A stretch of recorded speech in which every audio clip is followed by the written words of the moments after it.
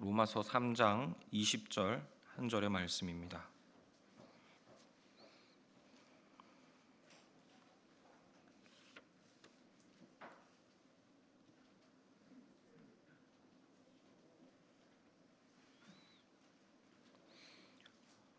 로마서 3장 20절 말씀입니다. 다 찾으신 줄 알고 우리 함께 한 목소리로 합독하도록 하겠습니다. 그러므로 율법의 행위로 그의 앞에 의롭다 하심을 얻을 육체가 없나니 율법으로는 죄를 깨달음이니라. 아멘. 다 함께 읽은 말씀으로 그리고 하이델베르크 요리문답 제2주차 내용을 가지고 율법과 비참이라는 제목으로 함께 하나님의 말씀을 살펴보겠습니다. 말씀을 살펴보기에 앞서 함께 오늘의 요리문답 내용을 읽어보겠습니다. 책을 가지고 계신 분들은 2주차라고 되어 있는 부분을 펴주시고, 없으신 분들은 화면과 나누어드린 종이가 있습니다. 나누어드린 종이와 화면을 참고하셔서 함께 문답을 읽도록 하겠습니다. 제가 질문을 읽겠습니다. 여러분께서는 답을 읽어주시기를 바랍니다. 3문부터 5문까지입니다. 3문입니다. 당신의 죄와 비참함을 어디에서 압니까? 하나님의 율법이 우리에게 요구하는 것은 무엇입니까?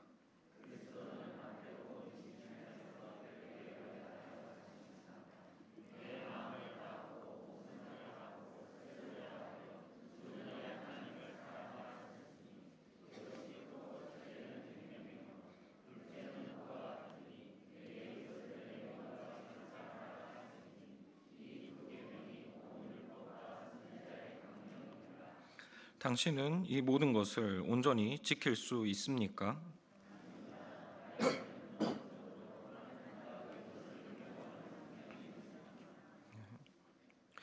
우리는 지난 시간에 하이델베르크 요리문답 제1문답을 통해서 우리의 궁극적인 위로가 무엇인가에 대하여 살펴보았습니다.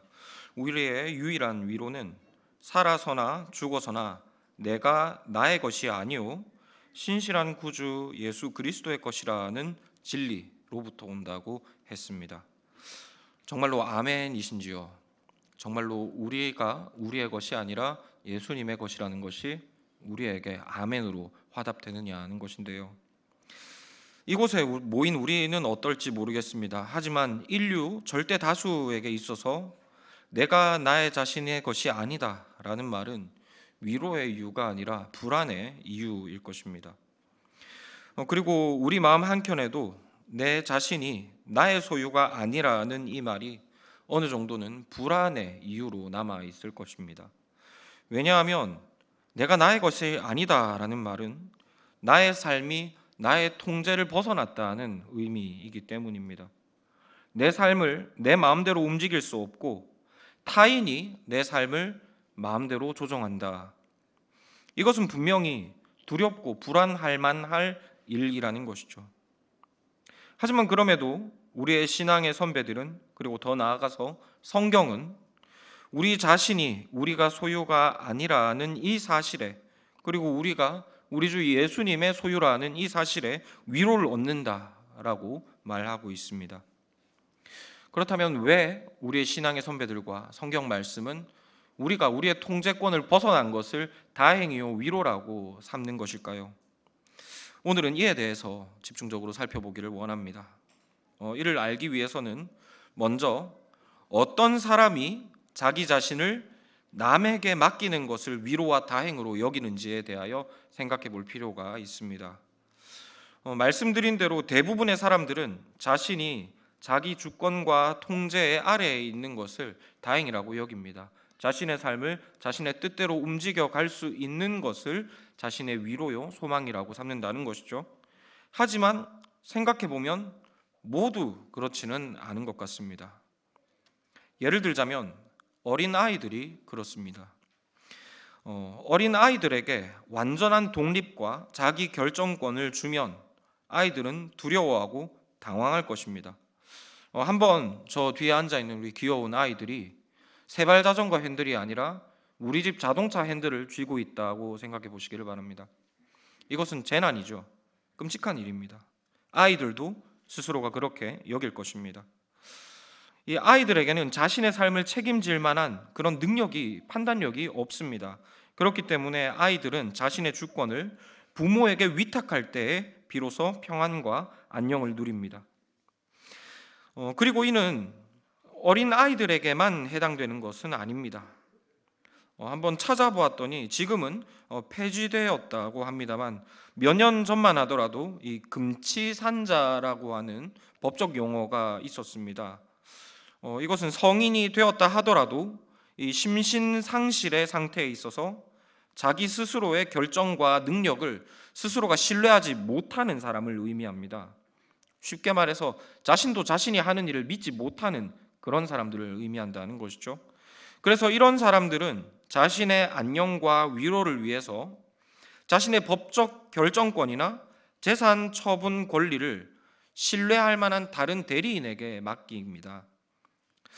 즉 어떤 사람들은 정말로 자기 자신이 자기 자신의 소유가 아니라는 사실에서 위로를 얻기도 한다는 것이죠. 그리고 그런 사람들의 특징을 살펴보자면 자기 스스로를 신뢰하지 못할 사람들입니다. 그리고 이런 맥락에서 보면 우리가 우리 자신의 소유가 아니라 예수님의 소유라는 사실이 위로로 다가온다는 것은 우리 자신이 절대로 신뢰할 만한 존재가 되지 못한다는 것을 전제로 하고 있는 고백입니다. 즉 요리문답 제1문답이 우리에게 전하고자 하는 것은 우리 스스로가 자기 삶을 다스리는 것이 심히 불안하다는 것이죠. 우리 스스로는 우리 스스로를 책임질 능력도 재주도 없다는 것입니다. 그래서 예수님이 우리를 다스려 주시는 것이 안심이 된다, 위로가 된다. 이것이 요리문답 제1문답의 교훈이라는 것입니다. 하지만 우리가 보기에 우리는 지극히 건전한 판단력을 가지고 있는 것 같습니다. 영적으로 볼 때 더욱 그러합니다. 물론 대단한 영적인 거장들과 비교하면 초라할 수 있겠지만 세상 사람들과 비교할 때 우리는 참 건전하고 도덕적인 사람들이죠. 그럼에도 불구하고 이 요리문답과 이 요리문답의 출처인 성경 말씀은 우리를 말하자면 영적인 금치산자로, 미성년자로 취급하고 있다는 것입니다. 그렇다면 왜 성경은 우리가 바라보는 우리 자신과 전혀 다른 그런 영적으로 파산한 우리에 대하여 말하고 있는 것일까요? 그 이유에 대해서 살펴보자면 우리는 우리 자신을 객관적으로 볼 수가 없기 때문입니다. 우리가 우리 스스로를 바라볼 때 벌써 왜곡된 눈으로, 잘못된 시선으로 우리를 바라볼 수밖에 없다는 것이죠. 제가 대학생 때 한 1년 정도 이집트에 잠깐 살았었습니다. 그런데 이 이집트를 대륙으로 치면은 아프리카에 속합니다. 흔히들 이 아프리카 사람이라고 하면 피부가 까만 사람들을 떠올리죠. 이집트 사람들도 피부가 검습니다. 물론 이 이집트가 지리적으로 유럽과 좀 가깝습니다. 그리고 프랑스의 식민 지배를 오래 받았다 보니 사람들의 피부가 우리가 생각하는 그 정도의 검은색은 아닙니다. 이게 아시아 사람인가 아프리카 사람인가 헷갈릴 정도로 검은 피부를 가지고 있는데요. 하지만 어찌 되었든 인종으로 분류를 해보자면 흑인에 속한다고 할 수가 있습니다. 그런데 하루는 이집트인 중에 제 친구가 이 수단에서 올라온 이 아프리카 유학생들을 보면서 슈쿨라따 이렇게 부르면서 낄낄거리는 것을 들었습니다. 슈쿨라따는 초콜릿이라는 말입니다. 그러니까 자기들이 보기에 저 남쪽에서 올라온 수단 사람들이 피부 색깔이 새카맣다는 거죠. 흑인이라는 겁니다. 그런데 제가 옆에서 그걸 지켜보고 있는데 얼마나 우습던지요. 자신도 흑인인데 다른 사람들이 더 피부가 검다는 이유로 그 사람들을 초콜릿이다 이렇게 놀리고 있는 겁니다. 자신도 흑인인데 흑인들의 대륙에 살면서 조금 덜 검으니까 자신의 피부는 희다 이렇게 생각하더라는 것입니다. 제가 옆에서 웃고 있는 걸 보니 이내 이 이집트 친구는 머쓱해져서 입을 다물게 되었습니다. 오해가 없으시길 바랍니다. 피부 색깔이 사람의 우열을 결정한다 이런 이야기를 드리려는 것은 전혀 아니고요. 무슨 말씀을 드리려는가 하면 우리가 우리 스스로를 볼 때 우리가 정상적이어 보이는 이유는 이런 원리 때문이라는 것입니다. 정상이 없기 때문에 우리가 정상으로 보인다는 것이죠. 오늘의 말씀이 우리에게 교훈하듯 모든 사람이 죄를 지어서 하나님의 영광에 이르지 못합니다. 율법 앞에서 모든 사람은 죄인입니다. 직관적으로 표현하면 모두가 비정상적이라는 것이죠. 정상이 하나라도 있어야 그 정상과 비교해서 비정상을 구별해낼 수가 있는데, 정상이 하나도 없으니 비정상이 정상처럼 여겨진다는 것입니다. 그리고 이런 이유로 하나님은 우리가 비정상적이고 우리가 우리 스스로의 주인 노릇하는 것이 얼마나 위태로운 일인가를 보여주시기 위해서 정상의 기준을 제시해 주셨습니다. 우리로 하여금 이것이 정상이니 이것을 보고 너희 스스로가 얼마나 위태한 사람들인지를 깨달으라는 맥락에서 무엇인가 기준을 주셨다는 것입니다. 그 기준이 무엇인가 하면 바로 율법입니다. 물론 율법에는 이 사회법과 같은 어떤 기능이 존재하기도 합니다. 율법을 문자적으로 지키고 사회 도덕의 규범으로 삼음으로써 이런 건전한 사회를 세워감에 어떤 방향성을 제공하는 그런 법으로 여겨야 한다는 것이죠. 물론 하나님께서는 율법을 주신데 이런 이유도 없지는 않습니다. 하지만 율법의 정신이 무엇인지를 우리가 돌이켜보면 이것은 결코 문자적으로 지켜서 이것으로 의로움에 이를 수 있는 그런 성격의 법은 아님을 우리가 분명히 알 수 있습니다. 마태복음 22장의 강령의 말씀입니다. 우리가 요리문답을 통해서 읽었죠. 내 마음을 다하고 목숨을 다하고 뜻을 다하여 주 너의 하나님을 사랑하라 하셨으니 이것이 크고 첫째 되는 계명이요 둘째는 그와 같으니 내 이웃을 내 몸과 같이 사랑하라 하셨으니 이 두 계명이 온 율법과 선지자의 강령이니라. 목숨을 다하고 뜻을 다하여 하나님을 사랑하고 이웃을 사랑하는 것, 이것이 율법의 정신이요 율법의 강령입니다. 그렇다면 과연 이것이 정말로 이것을 문자대로 지키면은 의인, 지키지 못하면 죄인, 이런 것들을 판단하기 위해서 주어진 법일까요? 목숨을 다하고 뜻을 다하고 힘을 다하는 것, 과연 이것을 어떤 수치로 계산했을 때 이것을 문자적으로 지켰다 안 지켰다를 판단할 수가 있겠습니까? 이것은 기본적으로 무엇을 하면 되고 하면 안 되고를 칼같이 나누기 위해 주어진 법이 아닙니다. 이것은 하나님이 어떤 분이신가를 보여주기 위한 법이며 동시에 하나님의 형상으로 창조된 사람의 정상적인 상태가 어떤 것인지를 보여주기 위한 법입니다. 예를 들자면 마트나 정육점에서 고기를 살 때 신선한 고기를 고르는 상식적인 법이 있죠. 빛이 붉고 비린내가 나지 않는 고기를 골라야 합니다. 그런데 이 법이 과연 이 고기들에게 신선해지기 위해서 너희들이 이렇게 해야 신선해질 수 있다라고 방향을 제시하기 위해 주어진 법이겠습니까? 고기들아, 손님들의 선택을 받기 위해서는 너희가 검푸른 빛을 내면 안 되고 붉은 빛을 내야 된다. 비린내나 역한 냄새도 풍기지 마라. 이러려고 주어진 법이겠냐는 것이죠. 그렇지 않습니다. 이와 마찬가지로 하나님의 율법은 결국 사람의 정상적인 상태를 판단하고 이것으로서 사람이 정상인가 비정상인가, 타락하였는가 온전하였는가를 확인하기 위해 주어진 법이라는 것입니다. 그러므로 우리는 율법을 통해 무엇인가를 증명해 보겠다는 태도를 버려야 합니다. 율법의 한 조각을 문자적으로 지켜냈다고 해서 그것으로 자신이 마치 온전한 사람인 것처럼 착각하고 교만해서는 안 된다는 것이죠. 사실 이것이 바리새인들이 예수님을 십자가에 못 박은 이유입니다.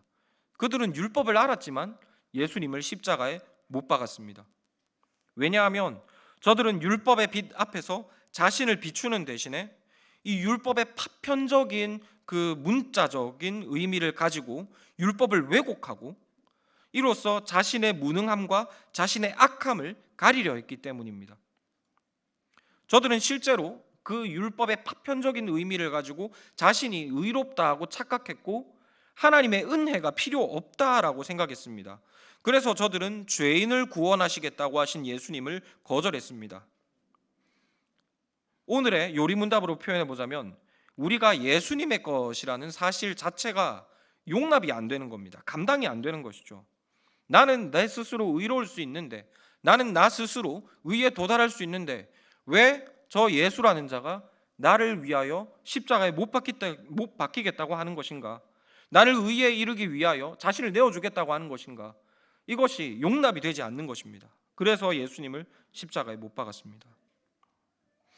이로 보건대 율법이 자신의 의로움을 증명하는 도구가 되면 복음은 절대로 위로가 될 수 없습니다. 오늘의 교리문답이 우리에게 가르쳐주는 예수님이 우리의 주인이 되신다는 이 사실은 절대로 우리에게 복음이 될 수 없다는 것이죠. 그러므로 우리는 율법으로 자신을 증명하려는 이런 유혹에 빠지지 않도록 조심해야 합니다. 물론 그렇다고 해서 마음 놓고 율법을 어기라는 것은 아닙니다. 할 수 있는 대로 율법을 지키기 위하여 몸부림치시기를 권합니다. 다만 율법을 자기에 맞게 파편적으로 잘라서 적용하지는 마시고, 율법을 왜곡하시지는 마시고, 율법을 있는 그대로 지키려고 최선을 다해 보십시오. 그리고 이렇게 최선을 다하여 율법을 지키려 노력할 때 우리는 결국 율법의 기준 앞에서 완전히 비정상적이고 완벽하게 영적 금치산자인 자신을 마주하게 될 것입니다. 왜냐하면 율법이 보여주는 정상적인 사람이란 마음과 목숨과 뜻을 다하여 하나님을 사랑하고 이웃을 사랑하는 사람이기 때문입니다. 하나님은 사랑이십니다. 그래서 하나님의 형상으로 창조된 사람도 원래는 사랑입니다. 이 말은 죽어라 노력하면 하나님을 사랑할 수도 있고 그리고 이웃을 사랑할 수도 있는 그런 존재가 사람이라는 말이 아닙니다. 사람을 가만히 던져놔도 하나님과 이웃을 사랑하지 못해서 안달난 존재, 그야말로 사랑이라는 단어가 아니고서는 설명될 수 없는 존재가 바로 하나님께서 창조하신 사람, 곧 정상적인 사람의 기준이라는 것입니다. 이것이 바로 율법이 우리에게 보여주는 정상적인 사람의 모습입니다. 그리고 이런 기준 앞에서, 이런 율법이라는 기준 앞에서 우리 자신을 비추면 그 누구라도 자신의 모습으로 인해 절망하게 될 것입니다. 최선을 다하면 다할수록 더 깊이 자신의 소망 없음에 대하여 절망할 것입니다. 물론 그 중에는 제법 근성이 있어서 이 율법의 기준에 끈질기게 도전하는 이들도 있습니다. 내가 아직은 최선을 다해보지 못했다. 조금만 더 노력하면 하나님을 사랑하고 이웃을 사랑할 수 있을 것이다. 내가 노력을 안 해서 그렇지 얼마든지 하나님과 이웃을 사랑할 수 있다. 나는 나 스스로를 믿는다. 그렇게 희망 고문하는 자들이 있다는 것이죠. 하지만 이 헛된 수고는 그리 오래 가지 못할 것입니다. 결국은 이 율법의 기준 앞에서 형편없는 자신과 마주하게 될 것입니다. 절대로 하나님을 사랑할 수 없고 절대로 이웃을 사랑할 수 없는 영적으로 완벽하게 파산한 자신과 마주하게 된다는 것입니다. 이것이 바로 율법의 빛이 우리에게 주어진 이유입니다. 율법의 빛은 결국 우리를 영적으로 완벽하게 파산한 자신과 대면하게 하는 빛입니다. 좀 더 노골적으로 표현하자면 율법의 빛 아래서 우리는 결국 영적으로 완전히 썩어 문드러진 자기 자신을 마주하게 될 수밖에 없다는 것이죠. 그리고 이 완벽한 좌절이 우리를 비로소 우리의 위로를 우리 자신에게서부터 신실하신 구주 예수 그리스도께로 옮겨가게 합니다. 율법의 빛 아래서 마주한 영적인 죽음이 우리에게 전혀 다른 소망, 우리 안에 없고 우리 밖에 있는 소망으로 우리를 인도해 간다는 것이죠. 말씀을 맺고자 합니다. 그러므로 성도 여러분, 율법의 빛 아래서 먼저 완벽하게 좌절하시기를 권합니다. 하나님 사랑과 이웃 사랑에 대하여 완벽하게 소망 없는 자신을 먼저 정직하게 대면하십시오. 그리고 그곳에 그 어떤 가능성도 어떤 믿음직함도 없음을 명백하게 직시하시고 이로써 우리 안에는 위로가 눈꼽만큼도 없음을 확인하시기를 권합니다. 그리고 우리의 모든 죽어진 소망이 확인된 그 자리에 새로운 소망으로 임하시는 예수 그리스도를 기뻐하시기를 권합니다. 이렇게 예수 그리스도를 절망 중에 만나는 자만이 우리가 더 이상 우리의 것이 아니라 예수 그리스도의 것이라는 이유로 인해 소망을 품게 됩니다. 그리고 이렇게 완벽히 자신의 영적인 파산을 직시한 자만이 비로소 예수님이 누구이신가에 관하여 정직하게 진실되게 알아갈 수 있습니다. 자신의 소망을 말하는 자는 절대로 예수님을 사랑할 수 없고 그분이 우리의 주 되신다는 사실을 인정할 수 없습니다. 그저 적당한 도움이요, 적당한 도움을 줄 수 있는 그런 액세서리 정도로 여길 수밖에 없다는 것이죠. 그러므로 율법의 빛 아래서 우리의 소망 없음을 더욱 분명히 확인하시고 이로써 예수님만이 우리의 구원 되신다는 것이 어떤 의미인가를, 우리 안에 소망이 없고 우리 밖에 있는 소망이 무엇인가에 관하여 더욱더 깊이 묵상하시는 모든 성도님들이 되시기를 권합니다. 말씀을 두고 제가 기도하도록 하겠습니다. 자비로우신 아버지 하나님, 감사드립니다. 율법을 통하여 저희에게 허탄한 소망을 찾지 않게 하여 주시고 우리에게 소망이 없으며 우리 밖에 있는 영원한 소망을 바라볼 수 있는 영적인 눈을 열어주시니 감사드립니다.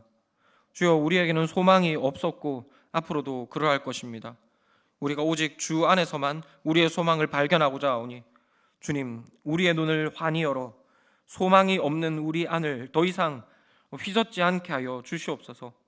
우리 안에 소망이 없음을 분명히 정리하게 하여 주시고 우리 주 예수님 안에 있는 소망을 더욱더 풍성히 알아갈 수 있도록 저희에게 인도하여 주시옵소서. 빛을 비추어 주시옵소서. 이 한 주간 살아갈 때 우리에게는 소망이 없지만 주 예수님 안에 있는 풍성한 소망으로 인하여 더욱더 위로함을 얻으며 또한 우리 주 예수님의 소망을 우리의 삶으로 세상 가운데 전하는 저희가 되도록 은혜 베풀어 주옵소서.